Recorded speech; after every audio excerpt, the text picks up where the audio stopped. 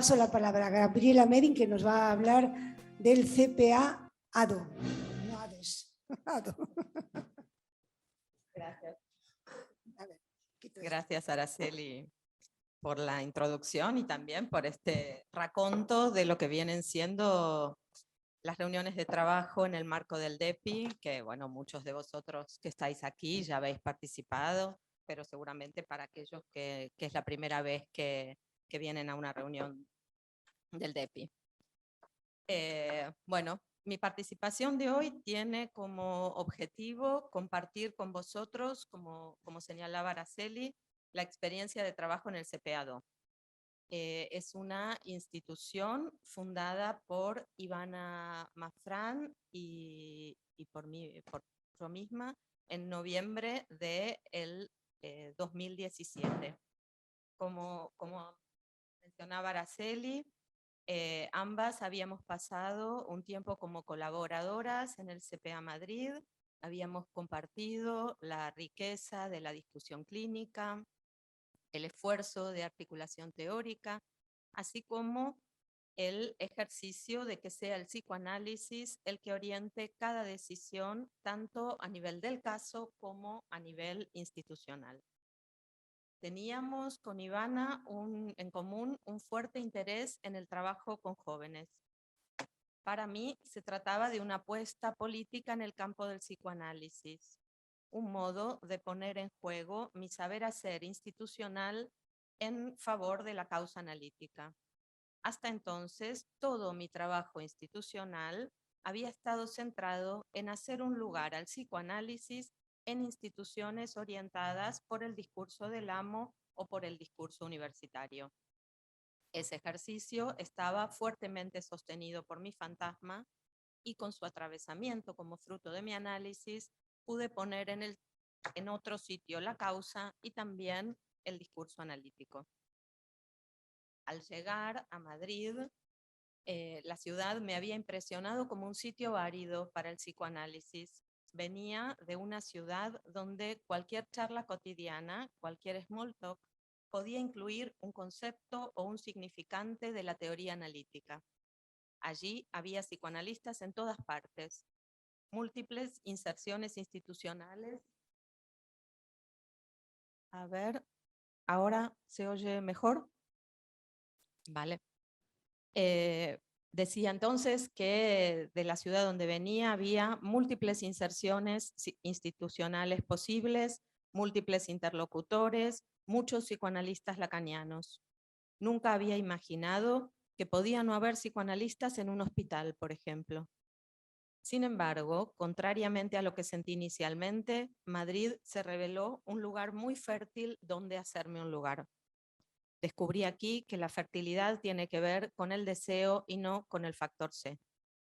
También con el respeto a la diferencia y con valorar los pequeños detalles. Fue un camino no exento de torpezas y tropiezos.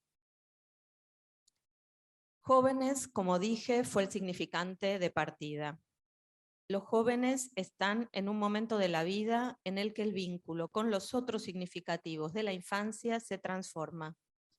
Es un momento de transición, de salida de la familia, pero a la vez un tiempo en el que el encuentro con otros adultos que tiene un valor fundamental. Freud nos lo transmite en su texto sobre la psicología del colegial. Al comienzo del texto, con su prosa detallada y precisa, relata el efecto que le produce el encuentro, ya de adulto, con un profesor de la adolescencia y revive cuánto marcan las experiencias de esa época de la vida y cuánto esas primeras miradas al mundo de la cultura le sirvieron luego, cito, de inigualado consuelo en la lucha por la vida. Fin de cita. Es un texto muy interesante en el que el mismo Freud expresa claramente cómo se armó su vocación. Nos dice, cito, toda esa época estuvo recorrida por un presentimiento que al comienzo se anunciaba solo quedamente hasta que pudo vestirse con palabras expresadas en la composición del examen de bachillerato. en mi vida yo quería hacer una contribución a nuestro humano saber. Fin de cita. Los jóvenes, los adolescentes, están en un momento de la vida en el que se elige, en el que se toman decisiones, en el que se inician caminos. Caminos que en algunos casos se anuncian quedamente, como en el caso de Freud, y el encuentro con el analista puede servir para acompañar en el vestirlos de palabras. En otros está el empuje a decidir que no encuentra cauce, o la presión para decidir que impone la institución educativa, que funciona como instancia superyoica que los paraliza. La intervención de un psicoanalista en esos momentos decisivos puede ser crucial. Se trataba entonces de apostar porque si un joven se encuentra con un psicoanalista y ese encuentro tiene efectos, podrá extenderse a otros jóvenes y a aquellos que trabajan con ellos. Apostar a una vía de transmisión del psicoanálisis, de la existencia del inconsciente, de la importancia de las palabras, que contrarrestara el imperativo de efectividad capitalista propio de las orientaciones psicológicas basadas en lo conductual. Una vía de transmisión que otorgara su dignidad al síntoma y que, como Araceli mencionó en la introducción, tiene que ver con la historia de trabajo en el marco de los CPCTs. ¿Cómo nos llegan los jóvenes al CPA-DO? Muchos son amigos o parejas de otros que han hecho la experiencia y la recomiendan. Muchos jóvenes nos llegan derivados por un profesor o por un orientador implicado. Volviendo al texto de Freud, es interesante el modo en que él se refiere al vínculo con los profesores. Nos dice, cito, no sé qué nos reclamaba con más intensidad ni qué era más sustantivo para nosotros, ocuparnos de las ciencias que nos exponían o de la personalidad de nuestros maestros. Los cortejábamos o nos apartábamos de ellos, les imaginábamos simpatías o antipatías probablemente inexistentes, estudiábamos sus caracteres y sobre la base de estos formábamos o deformábamos los nuestros. Fin de cita. Los institutos, entonces, son nuestros partners en el trabajo con jóvenes. Así, la dimensión política en la ciudad se ha plasmado en esa red que hemos ido armando con otros profesionales que trabajan con la misma población. Durante la pandemia, el trabajo continuó de forma online y a la vuelta, a partir de cambios en el ayuntamiento, nos pusimos a buscar formas de tener una sede e independizarnos de los servicios sociales. Desde septiembre del año pasado, gracias a los aportes de un benefactor que aprecia y confía en nuestro trabajo, podemos tener una sede propia. Esto nos ha permitido agrandar el equipo y seguiremos haciéndolo el año próximo. Actualmente, entonces, participamos en la institución Ivana Mafrán, Beatriz García Martínez, Laura Junquera, Julieta Migueles, Jesús Rubio, Lorena Pereira y yo. Tenemos 2 reuniones mensuales, una de ellas con un éxtimo. Me centraré hoy en la clínica con la población adolescente, los que aún están en edad de ir a la ESO o que están en bachillerato. Es una clínica que aborda la más delicada de las transiciones, como plantea Philippe Lacadet en su libro El despertar y el exilio. Es un texto riquísimo que recomiendo vivamente a quienes aún no lo han trabajado y que les interesa el trabajo con adolescentes. En él nos cuenta de dónde toma esta expresión tan afortunada y que hemos usado tan ampliamente en el campo freudiano. La toma de una cita de Víctor Hugo que aparece en el texto de Alexandre Stevens, un texto titulado Salidas de la adolescencia, publicado en la Petite Girafe en el 2001. La cita de Víctor Hugo es la siguiente.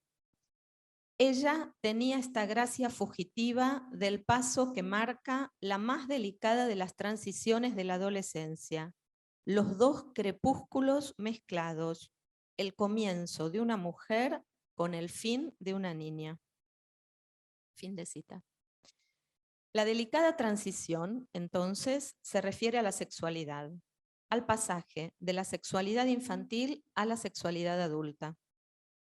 Alexander Stevens, de donde tomaba Philippe Lacaze esta cita, es otro autor de referencia en este tema, es quien ha conceptualizado la adolescencia como síntoma de la pubertad. Otro texto indispensable para nuestro trabajo de hoy es el que toma la adolescencia como salida de la infancia. Habitualmente, Jacques Alain Miller hacía una conclusión al final de cada jornada del Instituto del Niño, introduciendo el tema de la siguiente jornada.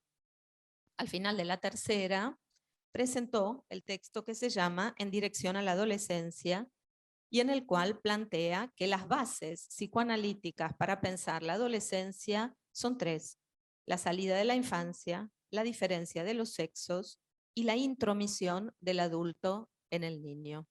Veréis que estas cosas, estos conceptos están presentes en el caso que presentaré al final. Entonces, apoyándonos en estas referencias, podemos situar la adolescencia como la más delicada de las transiciones, un síntoma de la pubertad y el momento en que se plantea la salida de la infancia. En Metamorfosis de la pubertad, Freud dice, cito, con el advenimiento de la pubertad comienzan las transformaciones que han de llevar la vida sexual infantil hacia la definitiva constitución normal. Fin de cita. Me interesa destacar transformaciones y definitiva. Efectivamente, en este tiempo de la vida el cuerpo cambia, la organización libidinal cambia y la vida sexual aún no se ha fijado. Este es el aspecto delicado de este tiempo vital. Es un tiempo en el que se pone de manifiesto la necesidad de encontrar una respuesta singular a la falta de receta universal o biológica para hacer con lo real de la sexualidad y del goce. Frente a aquello que en la infancia podía ponerse a cuenta del otro, se vuelve imperioso encontrar una respuesta propia. Si lo tomamos desde la perspectiva de Freud, es el momento en que debe hacerse efectivo el cheque que el sujeto llevaba en el bolsillo desde su infancia. Hacerlo efectivo requiere un acto por parte del sujeto que implica un corte, una separación de los adultos significativos de la infancia, así como de la posición de objeto en términos libidinales que ese ser hablante ocupaba para ellos. Si lo tomamos desde el punto de vista del Parc-Lettres, es un momento que exige nuevos anudamientos de goce y sentido. Los nombres de la infancia ya no sirven para nombrar el goce, al tiempo que aparece un nuevo estatuto para el partener.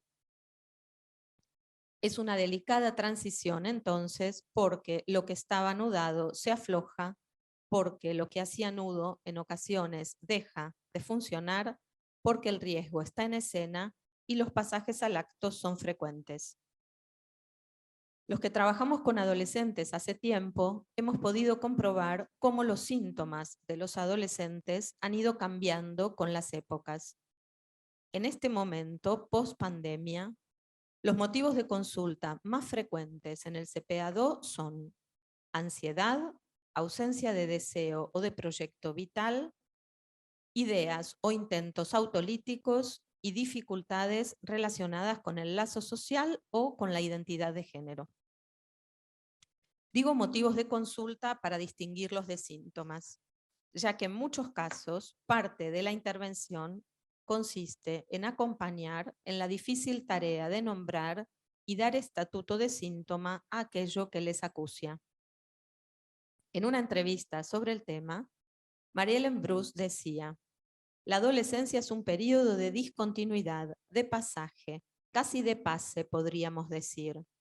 Un adolescente llega raramente con un síntoma ya constituido para proponerle al analista, aun cuando llega con un sufrimiento subjetivo. Elegí como título Malestar adolescente. La definición de la RAE indica que malestar significa desazón incomodidad indefinible.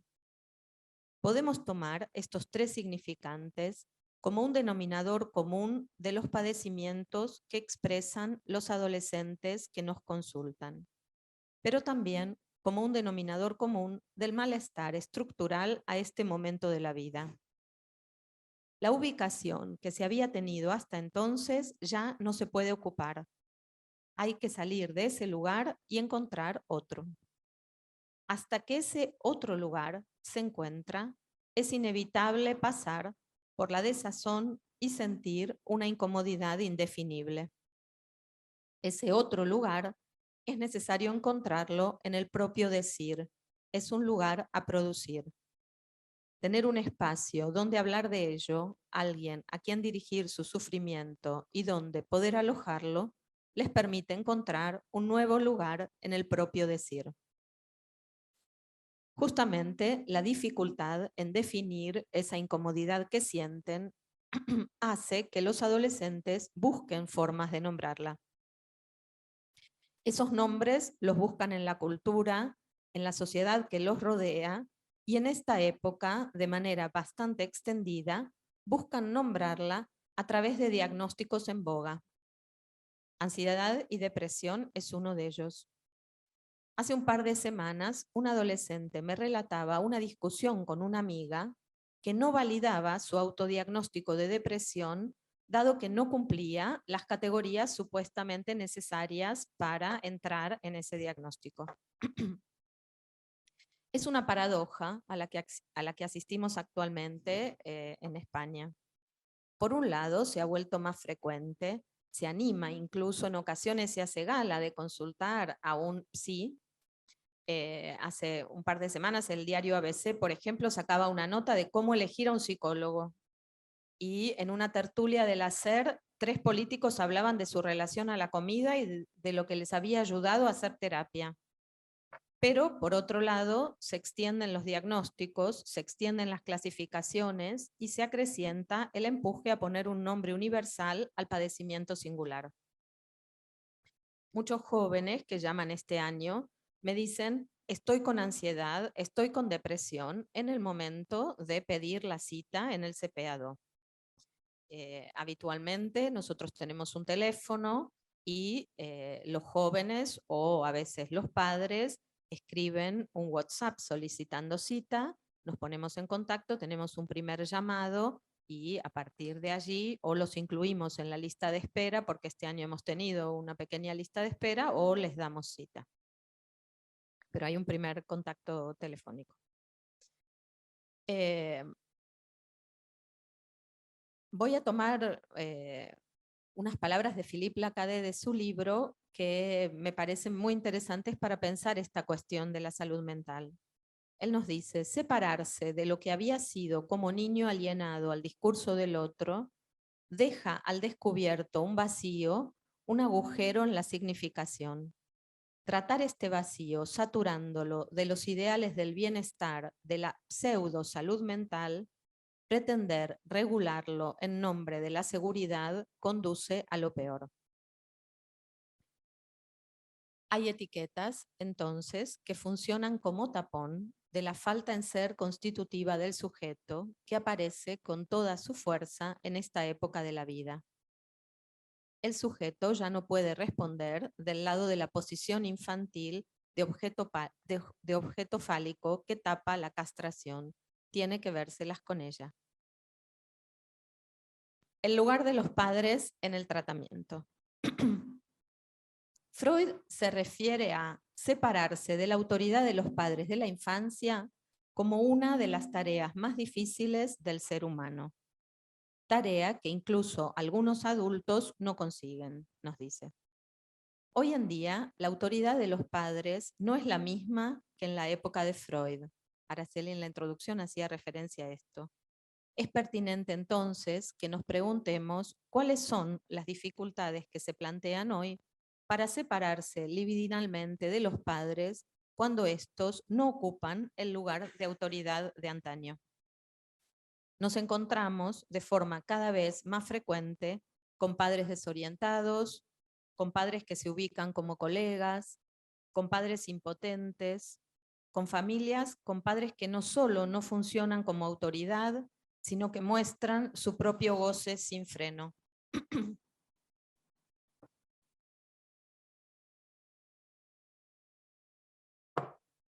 En las reuniones clínicas del CPA-2 discutimos muchas veces acerca del lugar que dar a los padres en la cura con un adolescente.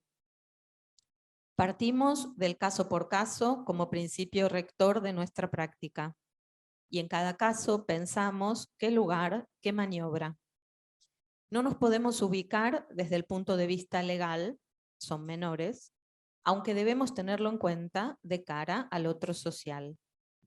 En cambio, hay un elemento clínico que considero clave. Poder ubicar en qué lugar se encuentra el adolescente respecto del otro de la infancia. En qué momento del proceso de separación se encuentra. Muchas veces el analista será un operador útil para producir la separación necesaria. Sin embargo, para esto es crucial considerar el tiempo y la oportunidad. Si entendemos que es una operación a producir, como toda operación subjetiva, no se efectúa por decreto, o sea, por voluntad del otro. Hay que intervenir intentando producir las condiciones para que esa separación pueda efectuarse. Por este motivo, la intervención efectiva con quien encarna la figura de ese otro parental puede tener como objetivo que tolere la separación, en otros casos que sostenga la autoridad durante un tiempo soportando los embates, en otro que tolere el tiempo que lleva esa empresa de traducción o de puesta en palabras que supone el trabajo del adolescente y acompañe en esa empresa sosteniendo el tratamiento. A veces que no se frustre o se enfade por la falta de autonomía o la falta de decisión. Otras que tolere una elección distinta de la esperada. El declive hoy de la función paterna y el descrédito otorgado a los discursos ponen en peligro el mantenimiento de la autoridad auténtica. Otro aspecto importante es que en este trabajo el adolescente construye ficciones y por tanto nos cuenta de esos adultos la versión que está armando en ese momento. Así, conocer al adulto con el que ese adolescente cuenta nos da una idea de la característica de esas ficciones y de la trama significante y libidinal en la que se encuentra. Por ejemplo, en un caso en el que los padres banalizaban las dificultades y el riesgo, la entrevista sirvió para que tomen conciencia de ello. En otro caso, en el que un adolescente con fuertes ideas autolíticas e importantes trastornos del sueño planteaba que no contaba con nadie, nos encontramos con una madre que estuvo dispuesta a hacer una consulta con un psiquiatra en privado para ayudar a su hija con sus síntomas. Este es un caso que lleva una colega del equipo que también está aquí presente, Julieta. Entonces, mi orientación es que los padres cuentan y en cada caso hay que pensar qué lugar se les da. Desde ni siquiera conocerlos a tener varias entrevistas con ellos, dependiendo, como decía, de en qué momento de la separación del otro de la infancia se encuentra el sujeto y cuál sea el sufrimiento que lo aqueja. Pero hay otra orientación fundamental que concierne al joven y que Miller planteó en Clínica Irónica. Es importante diferenciar si se trata de un sujeto que se defiende de lo real con el lenguaje, con lo simbólico, o si, por el contrario, no se defiende de lo real con lo simbólico porque para él lo simbólico es real. Este punto es fundamental para orientar las intervenciones con los padres en un dispositivo de tiempo limitado y en el que hay que decidir más o menos rápidamente cómo intervenir. Volveré sobre ello porque esto nos conduce a las demandas actuales. No quiero vivir, quiero morirme, quiero desaparecer. Una gran cantidad de demandas durante este curso son de adolescentes que llegan planteando ideas de muerte y falta de ganas de vivir. Se quejan de pensamientos recurrentes e intrusivos de quitarse la vida. Se les aparece con frecuencia la angustia y la idea de que la vida no vale la pena. En varios casos llegan con uno o más de un intento autolítico y estancia en urgencias. Nuestro dispositivo no atiende urgencias de 24 horas, dado que se trata de un dispositivo reducido y sin un horario amplio de atención. En los llamados que recibimos, preguntamos y orientamos acerca de este punto, dado que durante todo este año, como decía antes, hemos tenido una pequeña lista de espera que ha hecho que podamos responder a las demandas al mes y medio de planteadas aproximadamente. Sin embargo, hay urgencias que se plantean en el momento de la consulta. Hay consultas de jóvenes en riesgo. Nos encontramos en el CPA-2 con una clínica del riesgo. ¿Por qué el riesgo está tan presente en las consultas de adolescentes? Esto no es de esta época. Freud tiene un artículo de 1910 al respecto. Se trata de Contribuciones para un debate sobre el suicidio, donde Freud dice claramente: la escuela media tiene que conseguir algo más que no empujar a sus alumnos al suicidio. Debe instilarles el goce de vivir y proporcionarles apoyo en una edad en la que por las condiciones de su desarrollo se ven precisados a aflojar sus lazos con la casa paterna y la familia. Fin de cita. Hay algo estructural, entonces, en innumerables textos sobre adolescentes. Hay una referencia al riesgo o a la muerte.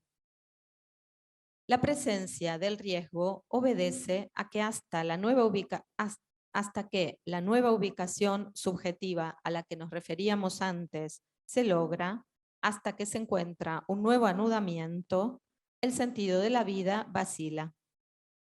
Cuando hay una caída radical del sentido de la vida, el riesgo puede constituir una búsqueda de una marca en el intento de asegurar el valor de su existencia. También un llamado al otro. ¿Puedes perderme? Es una clínica diferencial del acting out y del pasaje al acto, no exenta de dificultad y que requiere delicadeza. Son frecuentes las conversaciones informales del equipo, además de las reuniones pautadas, cuando algún caso plantea esta inquietud. Tenemos presente que en algunos casos, como dice Philippe Lacadet, la dolorosa dependencia del otro le empuja a arriesgar su vida de manera real, poniendo su cuerpo a prueba de lo real de la separación. Fin de cita. Por este motivo, la clínica del Parlettre es nuestro punto de apoyo teórico, no sin considerar los aportes de Freud respecto de metamorfosis de la pubertad y la vida sexual, y de Lacan respecto del fantasma. En este tiempo de la vida se produce la consolidación del fantasma, la estabilización de la lógica fantasmática en las neurosis.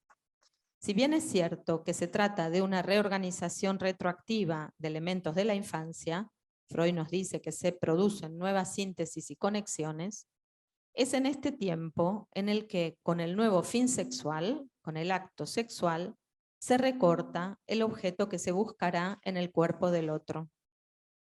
Otro elemento clínico destacable es que encontramos con frecuencia una clínica del acto donde falla la mediación fantasmática.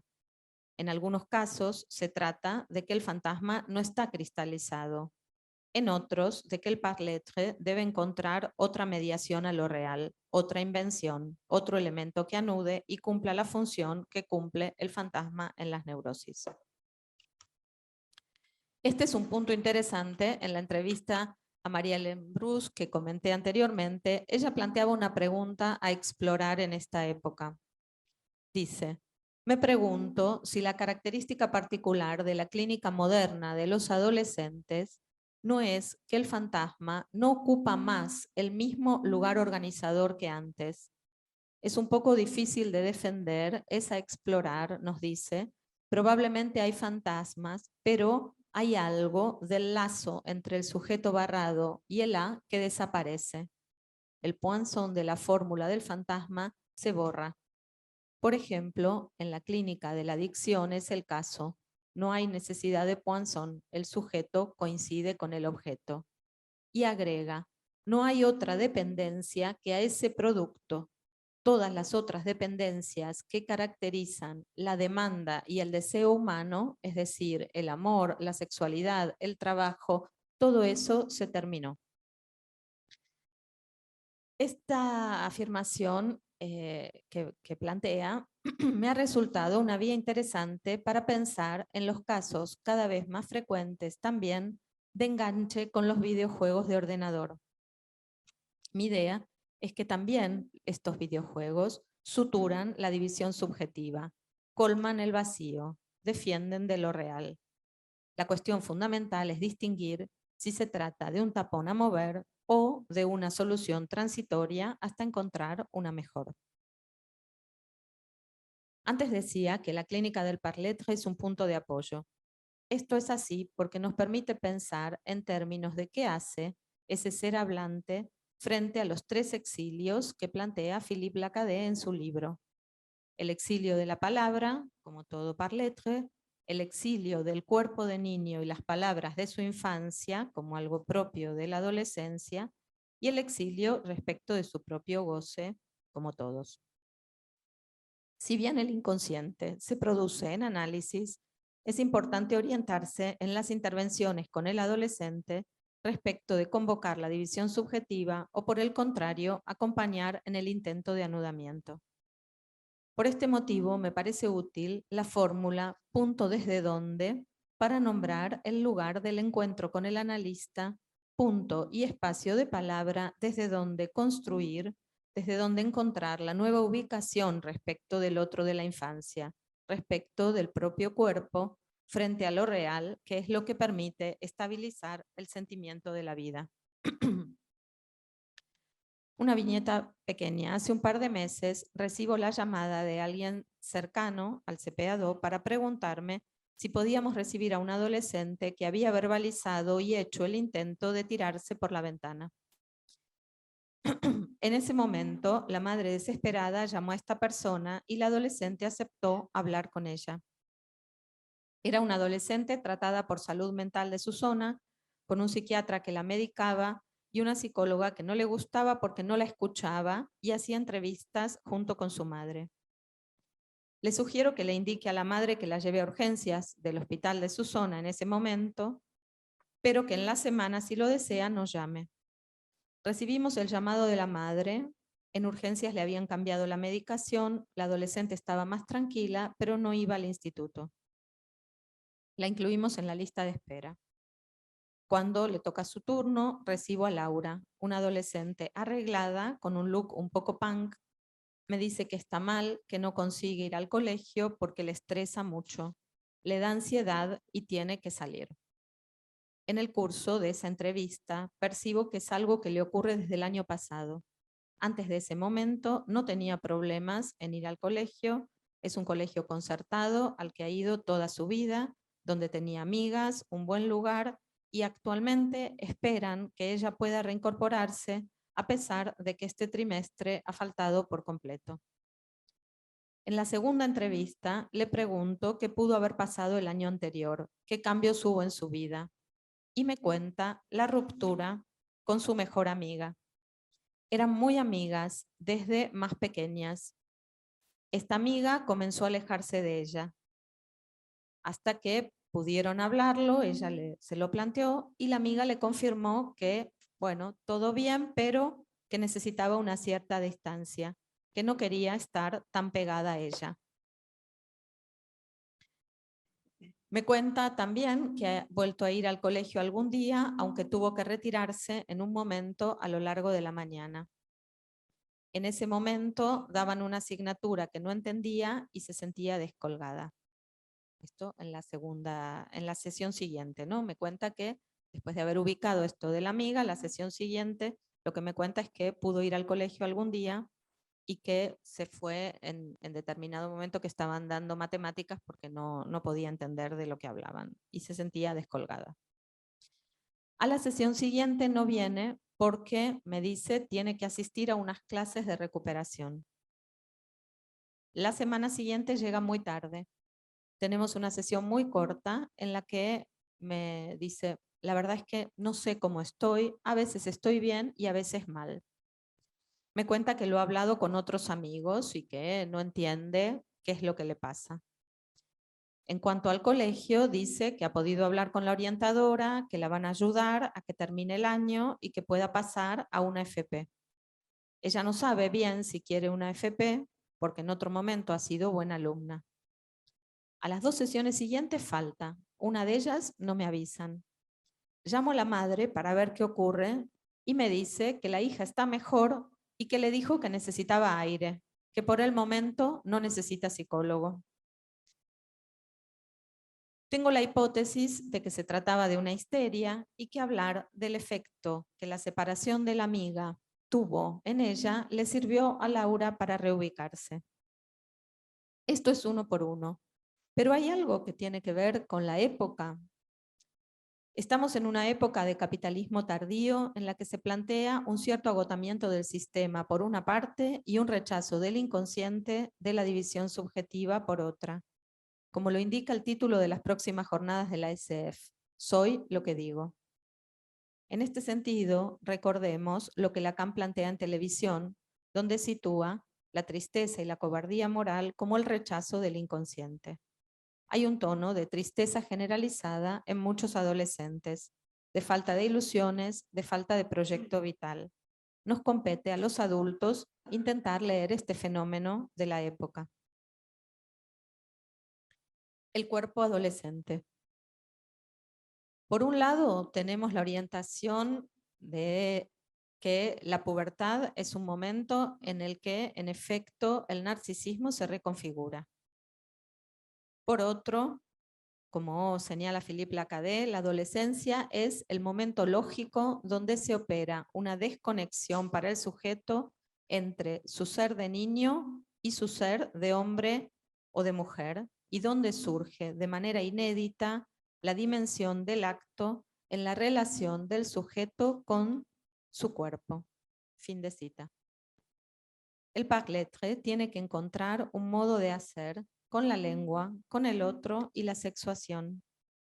En esto, el cuerpo está en juego, esté en escena o fuera de ella, se hable de él o se evite hacerlo. El cuerpo aparece en sí mismo en la adolescencia como una transgresión. Cambia, no es el mismo cuerpo. El anudamiento de la imagen del cuerpo con el cuerpo pulsional que sostenía la imagen de niño se resquebraja. Las marcas en él, según el caso, caso por caso, son intentos de simbolización, son intentos de poner límite al goce, son intentos de apropiarse de él. Me gusta mucho cómo lo plantea Philippe Lacaze. Cito: la caída de la identificación fálica en la que el adolescente se refugiaba como niño se efectúa bajo el modo de una tique y le confronta a la libido, es decir, al cuerpo en su dimensión pulsional, tomado como objeto A, al cuerpo que pierde entonces toda legibilidad y se vuelve indeleble. Es lo que nombramos como la mancha negra. Esto indeleble puede ser insoportable para ciertos adolescentes, para los que, lo hemos visto, la fascinación por las marcas inscriptas en el cuerpo es una tentativa de inscribir los límites que no reciben ya del otro. Fin de cita. El malestar con el cuerpo es central en muchas de las demandas actuales en torno a la identidad de género. Y este es un punto que podremos conversar a partir del caso clínico. Bueno, no sé si pasamos directo al caso, si conversamos un poco. Sí, sí, por eso digo, pero no sé cómo vamos con los tiempos. Vale, genial. Vamos a abrir un turno de preguntas, porque Gabriela ha hecho un desarrollo largo sobre la problemática que abre el tiempo de la adolescencia. Ahora que te refieres a uno de los síntomas actuales que tiene que ver con el empuje a tratar cualquier malestar que aparezca en los niños o en los adolescentes muy rápidamente por la vía del género o por la vía de, como si fuera siempre un problema sexual. Os recomiendo la escucha de una conferencia que ha dado Estela Solano en Estudio Lacan, que se titula Antes de responder, démosle tiempo para hablar, ¿no? Me parece que el sentido, el lugar, la función de las instituciones como el CPA2 es precisamente dar sí, pero no escribe bien, cógete. Es precisamente dar ese tiempo antes de responder para que el niño o el adolescente pueda hablar, pueda encontrar una manera de decir, incluso en los momentos donde decir es bastante complicado, ¿no? Sí, efectivamente. Yo, bueno, creo que todos hemos participado de alguna manera en todo este debate que se viene dando desde el año pasado en el campo freudiano, y efectivamente en una nota que yo planteé en Lacan Quotidien, bueno, un poco lo que me interesaba destacar es esto, ¿no? La cuestión de la importancia de dar tiempo en lugar de un nombre, y ocurre con la identidad de género, pero también ocurre con otros nombres. Sí. Digamos, no solo con la identidad de género, sí, también con los nombres de la salud mental. Claro, ¿no? pero con eso ya vienen, ¿no? En la búsqueda del nombre. Y con lo de la identidad de género también vienen a veces, vienen como con un nombre, ¿no? Sí, justamente. Sí, sí. Bueno, vamos a abrir un turno de preguntas, tanto para los que están en Zoom como para los que están en la sala. Si quieren preguntar algo a Gabriela. A ver, los de Zoom pueden levantar la mano para intervenir. Sí, Rocío Bordoy. A ver, Rocío, con Rocío con el graba, a ver, mira, habla por el micro. Hola. Hola. Gracias por la conferencia, me ha encantado. Y quería preguntarte si habéis notado, puesto que empezasteis en el 2017, diferencias en los adolescentes y en las vías de llegada a raíz de la pandemia. ¿Qué efectos ha tenido, si se pueden ver?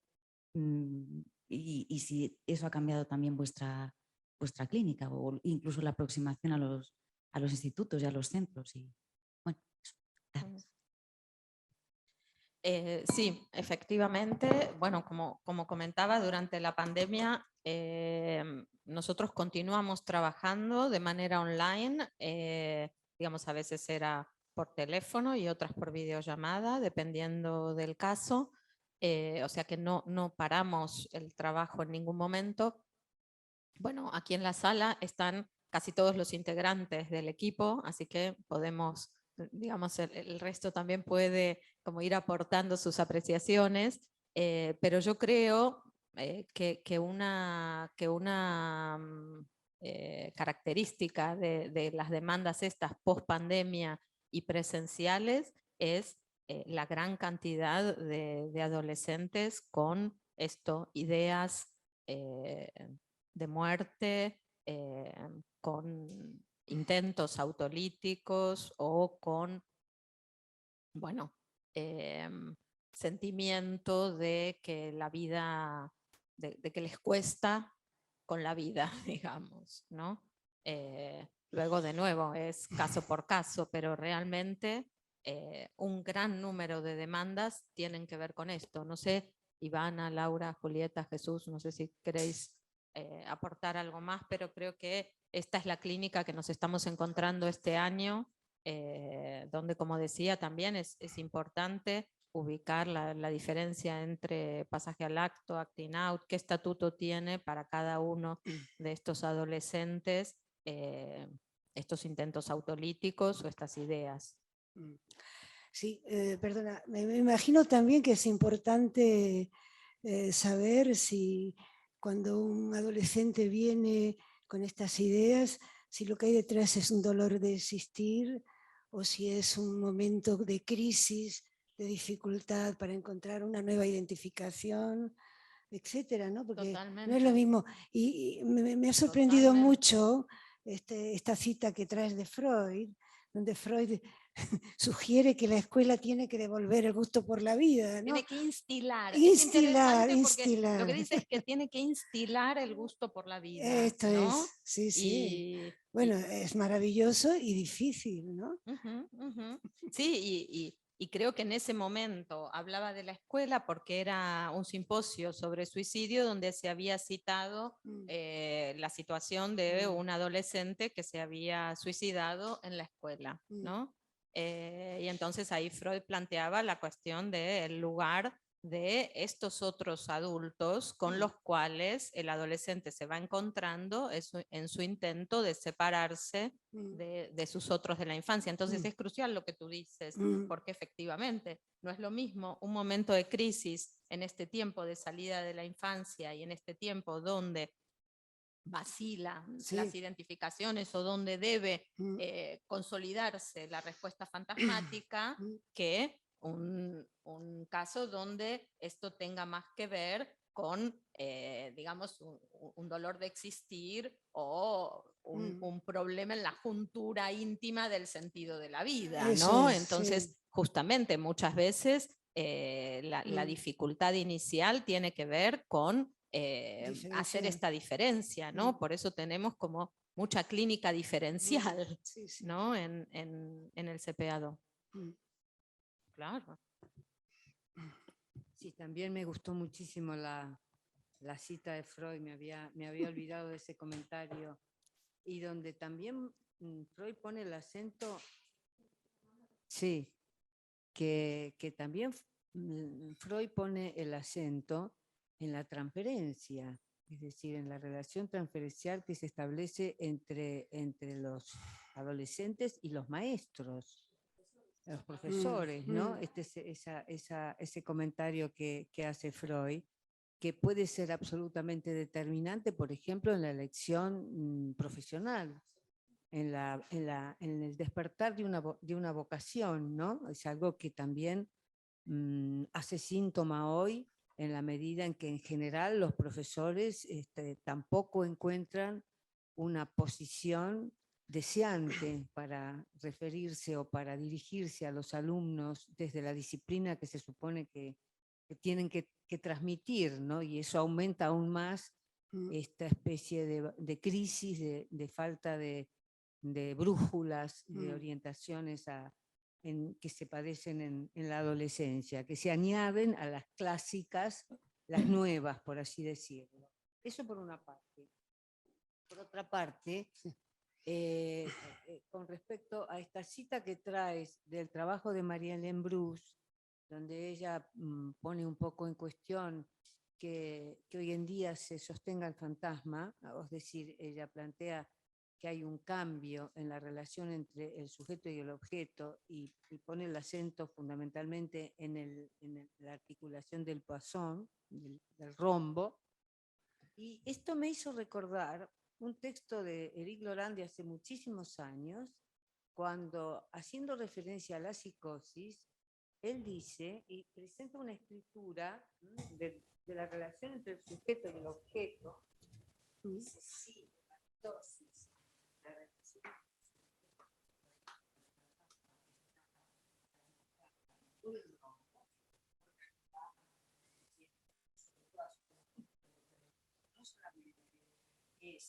que decía que hacía referencia a la escritura del fantasma, a la relación entre el sujeto y el objeto mediatizada por el Poisson. Y el Poisson no solo está escrito con los dos conectores lógicos de la conjunción y la disyunción, el Bell, sino que Lacan llega a decir que el rombo en realidad es un 8 interior, que es una figura topológica. Es decir, que la relación entre el sujeto y el objeto no es nada sencilla, pero lo que decía Éric Laurent en un trabajo de hace muchos años, que lo recordé a propósito de esta cita, es que en la psicosis se podría decir que la relación entre el sujeto y el objeto no está articulada por el rombo, porque este rombo incluye, por supuesto, el menofí, incluye la castración, Y entonces él lo escribía de esta manera, para decir, hay relación entre el sujeto y el objeto, pero no es una relación que esté, digamos, articulada por esta operación lógica y topológica. Con lo cual, lo que viene a decir Marilyn Bruce me parece que ilustra un poco la explosión actual de la psicosis ordinaria. Es decir, que la época se caracteriza, entre otras cosas, si hay una decadencia del padre, de la función paterna, lo que hay es una extensión cada vez mayor de la psicosis y en gran parte de la psicosis ordinaria. Con lo cual, esta falta de fantasma, en realidad lo que sería el signo de la generalización de la forclusión, me parece. Sí, por cierto,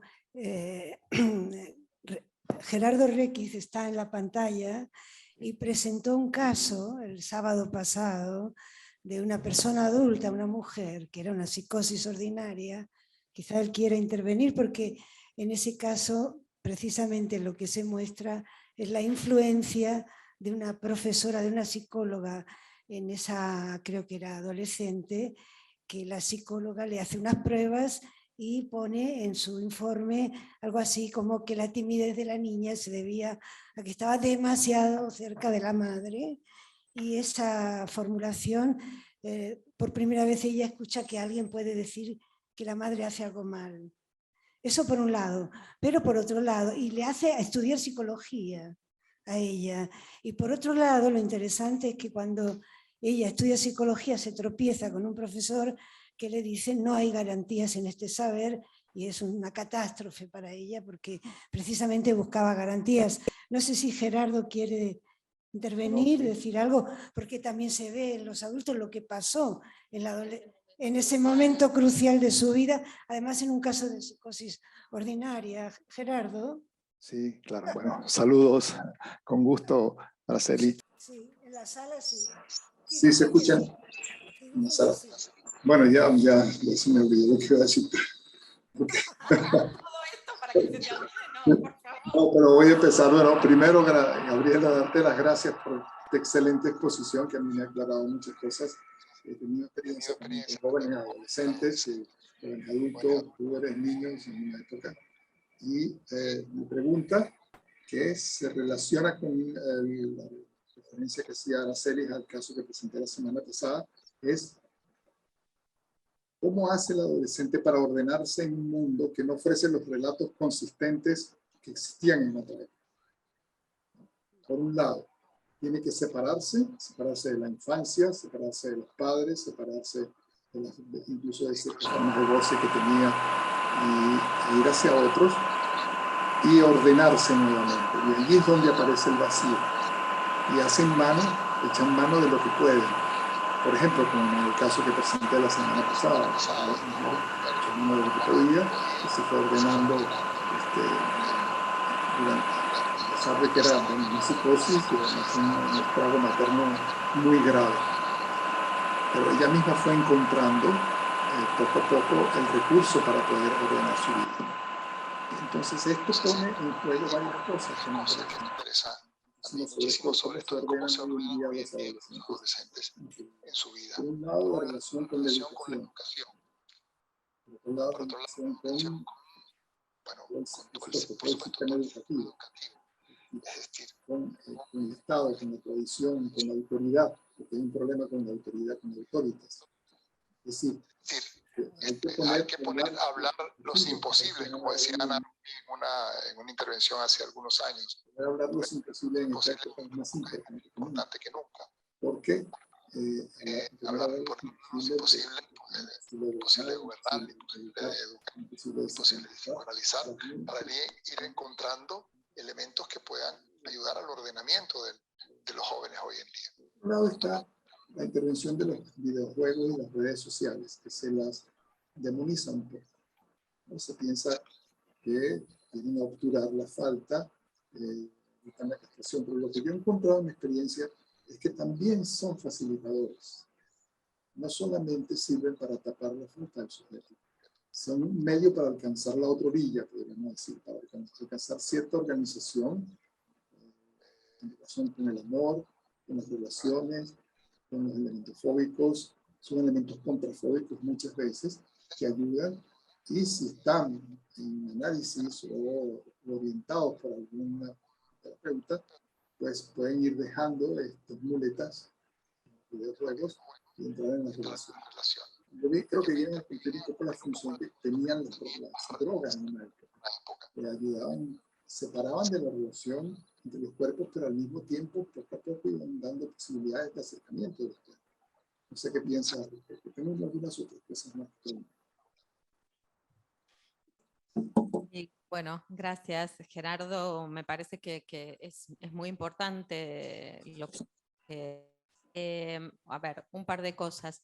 En relación a la educación, bueno, y retomando algo que traía Amanda respecto de los profesores, lo que nosotros nos encontramos es que muchos de los adolescentes nos llegan derivados por profesores implicados. Entonces, sí que hay una dificultad en esta época para el ejercicio de la profesión de educador, digamos, ¿no? Que tiene que ver con lo que venimos conversando, pero sí que es cierto que hay profesores muy implicados en su tarea y que realmente se han convertido en interlocutores nuestros en el CPA2, ¿no? Y en esto que tú traías, Gerardo, de la posibilidad de conversación, está muy presente en nuestra clínica la conversación con profesores, con orientadores.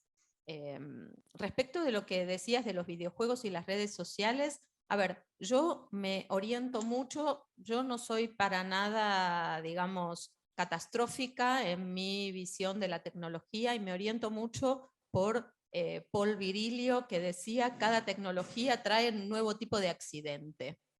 Entonces, yo creo que las tecnologías en sí mismas no son ni buenas ni malas, que se hace uso de ellas y que en ese uso habrá accidentes, ¿no? Él lo traía en relación a los trenes de alta velocidad, ¿no? A los cambios en la sociedad contemporánea. Entonces, yo creo que efectivamente lo importante es poder leer qué uso hace el adolescente de las redes. Y sin duda que no se trata de decir siempre las redes son un tapón frente a la castración o el vacío, sino justamente muchas veces son una solución, muchas veces son un modo de lazo. Creo que lo importante es poder leer la relación, el uso que hace el adolescente de las redes y la relación que cada sujeto o cada parletre tiene con los dispositivos, ¿no? Porque, no, digamos, esto no es lo mismo los juegos de ordenador que juegan solos que los que juegan en red y arman equipo, no es lo mismo hacerse TikTok que solamente mirar TikTok, no es lo mismo usar Instagram para ver con quién queda o qué planes hacen que usar Instagram para seguir a alguien con quien se identifican. Quiero decir, hay usos muy, muy variados de las redes. Entonces, creo que es algo a leer caso por caso. Muchas gracias. ¿Había comentarios, preguntas? Ah, bueno, vamos. Sí. Que creo que planteabas qué diferencias ha supuesto la pandemia o qué particularidad observamos.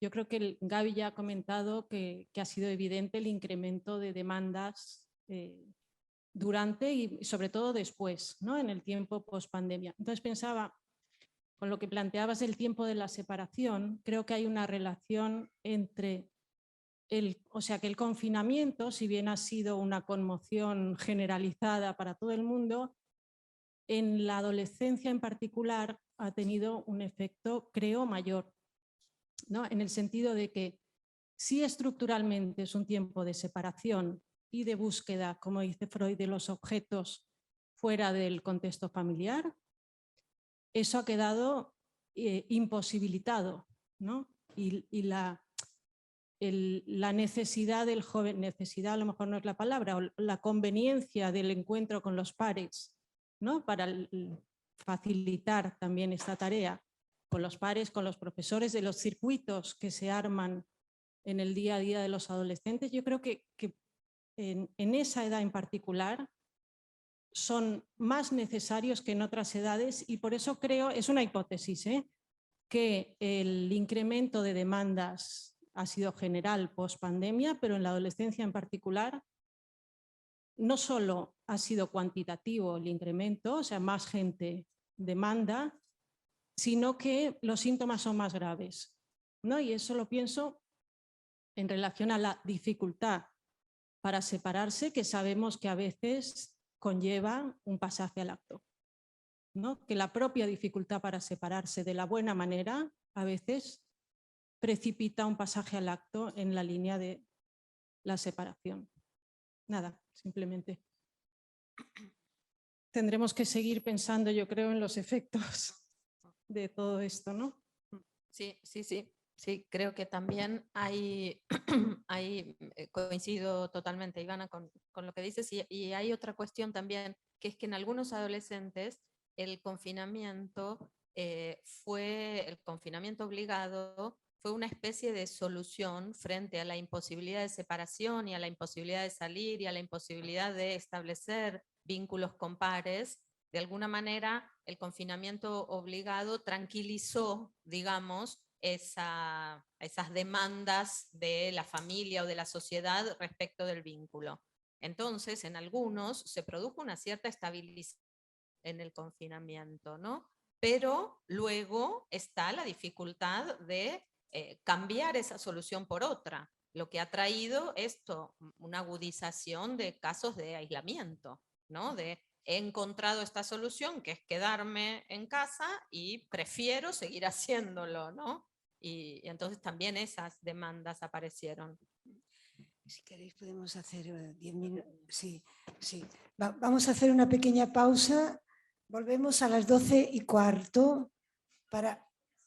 ¿Cómo?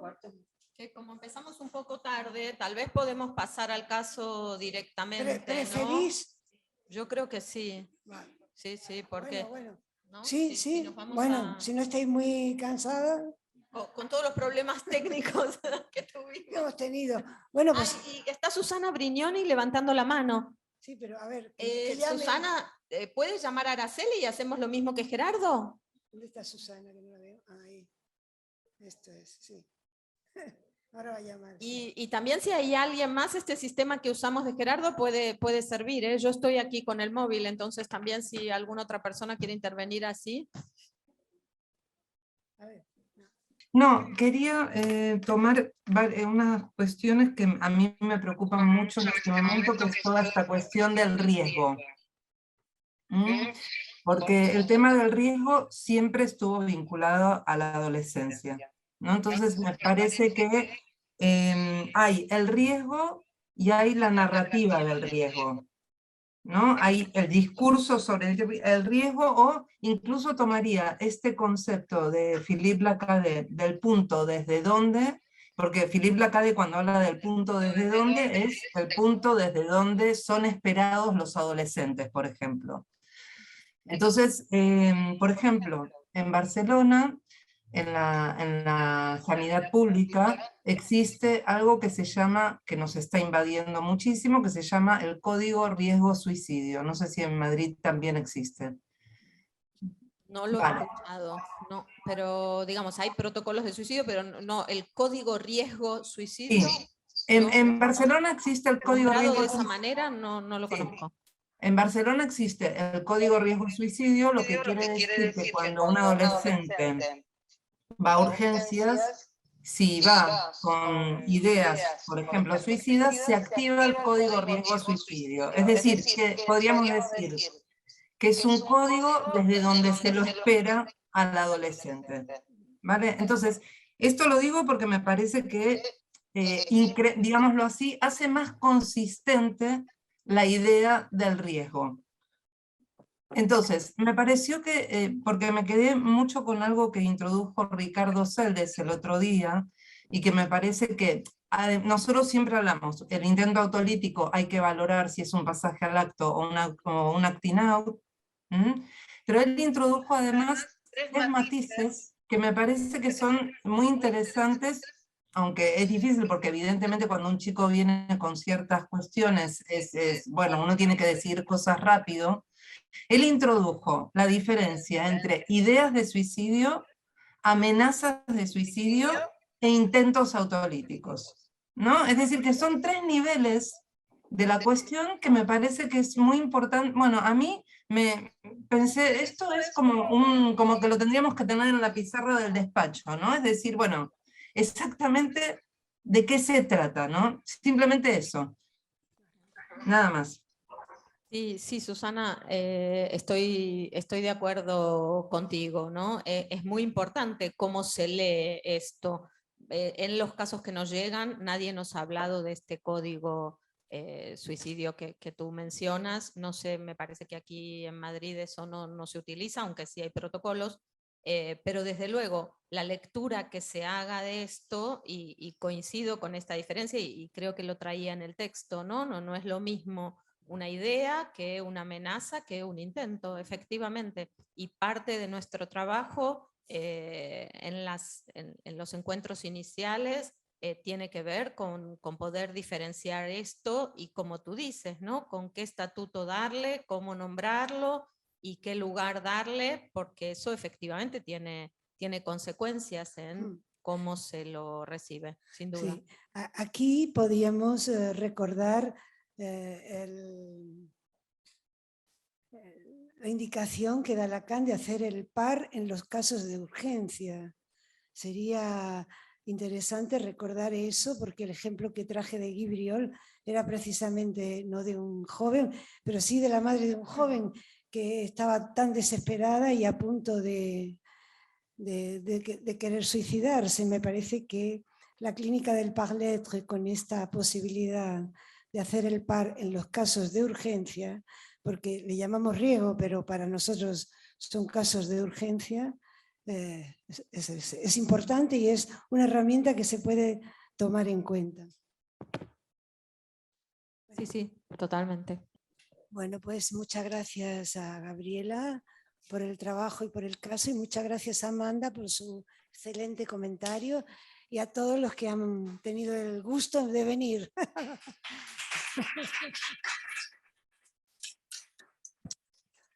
Y muchas gracias además por haber venido en un sábado de puente.